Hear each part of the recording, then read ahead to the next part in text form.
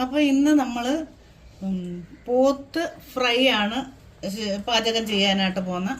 അതിനാവശ്യമായ സാധനങ്ങളാണ് ഞാനിവിടെ എടുത്തു വച്ചിരിക്കുന്നത്.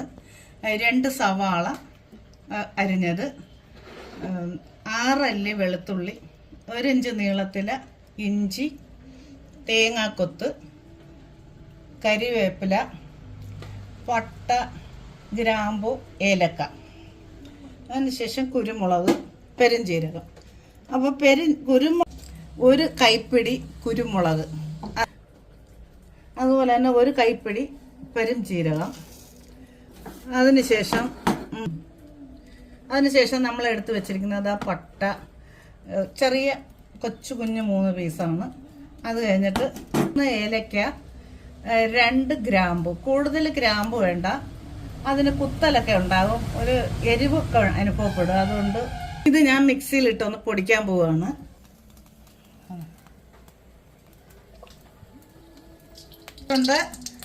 നമ്മൾ ഒരു ചീനച്ചട്ടി എടുത്തതിൽ വെച്ചിട്ടുണ്ട്. അതിലേക്ക് വെളിച്ചെണ്ണ ഒഴിച്ചു കൊടുക്കുകയാണ്. നമ്മുടെ ആവശ്യത്തിന് നമുക്ക് വെളിച്ചെണ്ണ ഉപയോഗിക്കാവുന്നത്. 1 കിലോ ഇറച്ചിക്ക് വേണ്ടിയാണ്, നമ്മൾ 1/2 കിലോ മീറ്റാണ് നമ്മൾ ഇതിൻ്റെ അകത്ത് ചെയ്യാൻ പോകുന്നത്. അപ്പോൾ അതിന് വേണ്ടി ഉള്ള എണ്ണയാണ് നമ്മളിവിടെ ഒഴിച്ചുകൊണ്ടിരിക്കുന്നത്. 50 ഗ്രാം എണ്ണ. ആദ്യം നമ്മൾ കറിവേപ്പിലയാണ് ഇടുന്നത്. ഒന്ന് മൂത്തിട്ടുണ്ട്, കരിവേപ്പില മൂത്തിട്ടുണ്ട്. അപ്പോൾ ഇത് ഞാനിങ്ങനെ കോരി മാറ്റുകയാണ്. ഇതിലേക്ക് ഇനി നമ്മൾ തേങ്ങാക്കൊത്ത് എടുത്തതാണ്. തേങ്ങാക്കൊത്ത് കളറൊക്കെ മാറി അതൊന്ന് മൂത്ത് വന്നിട്ടുണ്ട്. അത് ഈ തേങ്ങാക്കൊത്ത് ഇങ്ങോട്ട് കോരി മാറ്റി. ഇതിലേക്ക് ഞാനിനി ഇഞ്ചിയും വെളുത്തുള്ളി ഇടുകയാണ്. ഇഞ്ചി ഒരു പച്ചപ്പ് ഇങ്ങോട്ട് മാറിയപ്പോൾ തന്നെ അരിഞ്ഞു വെച്ചേക്കുന്ന സവോളയും കൂടെ ഇതിനകത്ത് ഇടുകയാണ്.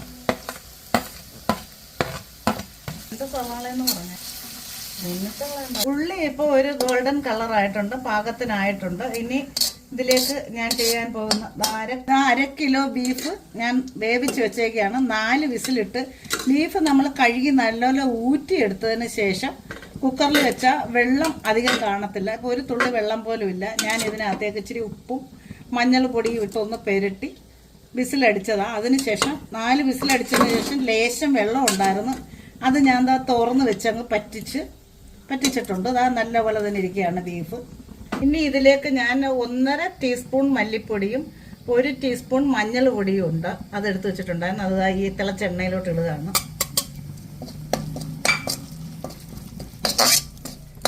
എല്ലാം കൂടെ ചേർത്തൊന്ന് ഇളക്കി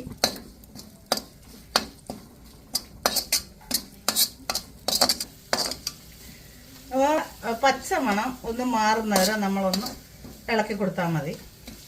അതിനുശേഷം ഞാൻ നേരത്തെ കാണിച്ചായിരുന്നല്ലോ കുരുമുളക്, പെരുംജീരകം, പട്ട, ഗ്രാമ്പ്, ഏലക്ക, ആ പൊടിച്ച പൊടിയാണ് ഇപ്പോൾ ഇതിലോട്ട് ഇടുന്നത്. അതിട്ട് അതും കൂടെ ഒന്ന് ഇളക്കിയിട്ടുണ്ട്.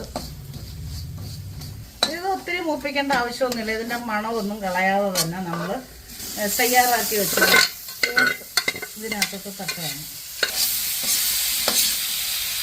നല്ല മണമൊക്കെ വരുന്നുണ്ട്.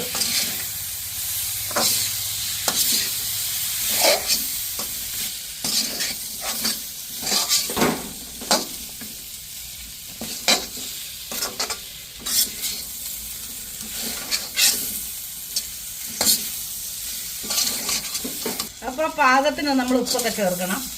2-3 മിനിറ്റ് ആയിട്ടുണ്ട്. അപ്പോൾ ഇത് നല്ലപോലെ സെറ്റായിക്കൊണ്ടിരിക്കുകയാണ്.